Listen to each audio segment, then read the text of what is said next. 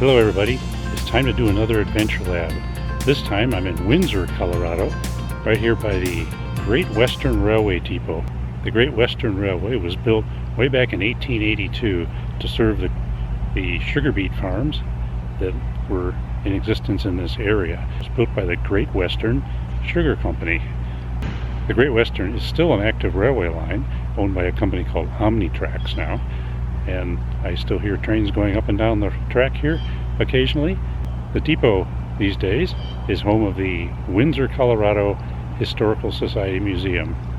It sits here in a very large park called Boardwalk Park, which has a nice lake and a nice playground. There's also an adventure lab here.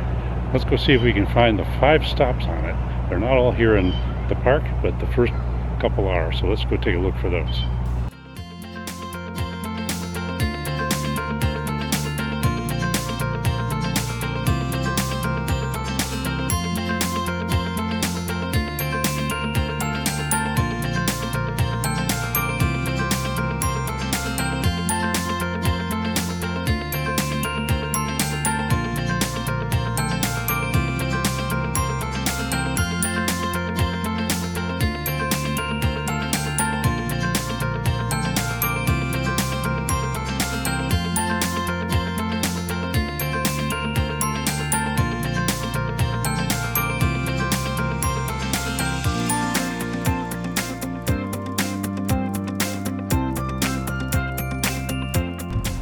This is not your typical light pole cover.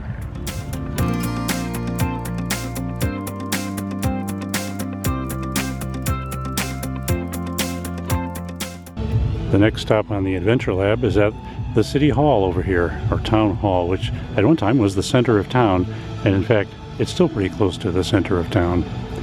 I need to get closer to do the Adventure Lab.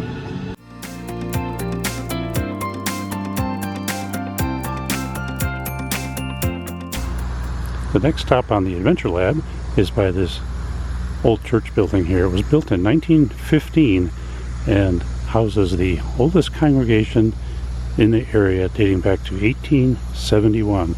We need to get closer to answer the question.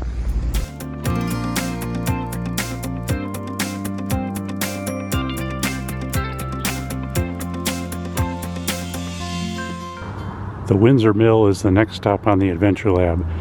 This building has been attacked by fires and tornadoes over the years. Right now it's the next stop on the Adventure Lab and is home to a nice brew pub.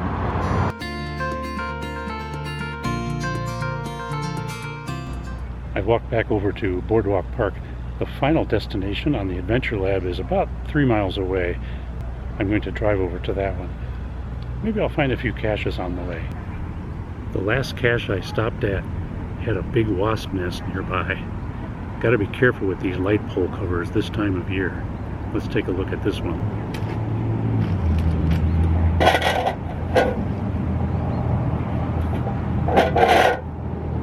This one's okay.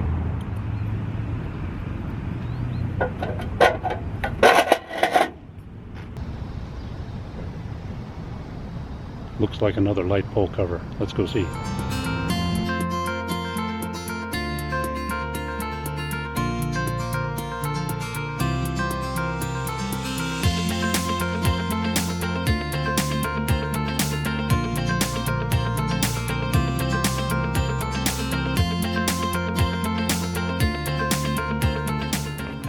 This is the next stop on the Adventure Lab.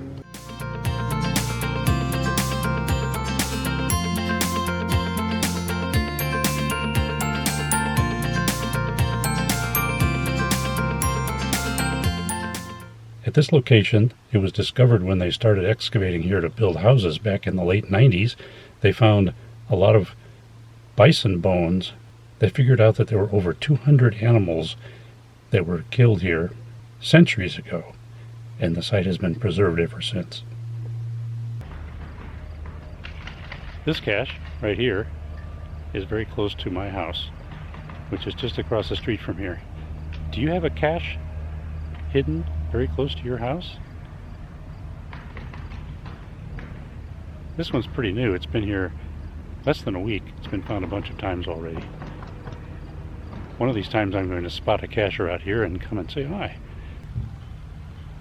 One thing that's nice about having a geocache across the street in a park by your house is that it's really easy to do maintenance. I can just walk from my house over there, about 200 feet to my cache over there. Makes it easy to check on it and do maintenance. Thanks for watching this episode of Caching with Gadgerman. You can subscribe to my channel with a button nearby here, or you can press that little like button down there. I would appreciate it if you do either of those. Oh, and there's a whole bunch of other videos of mine you can watch too. So until we meet again somewhere down the trail, take care everybody. So long.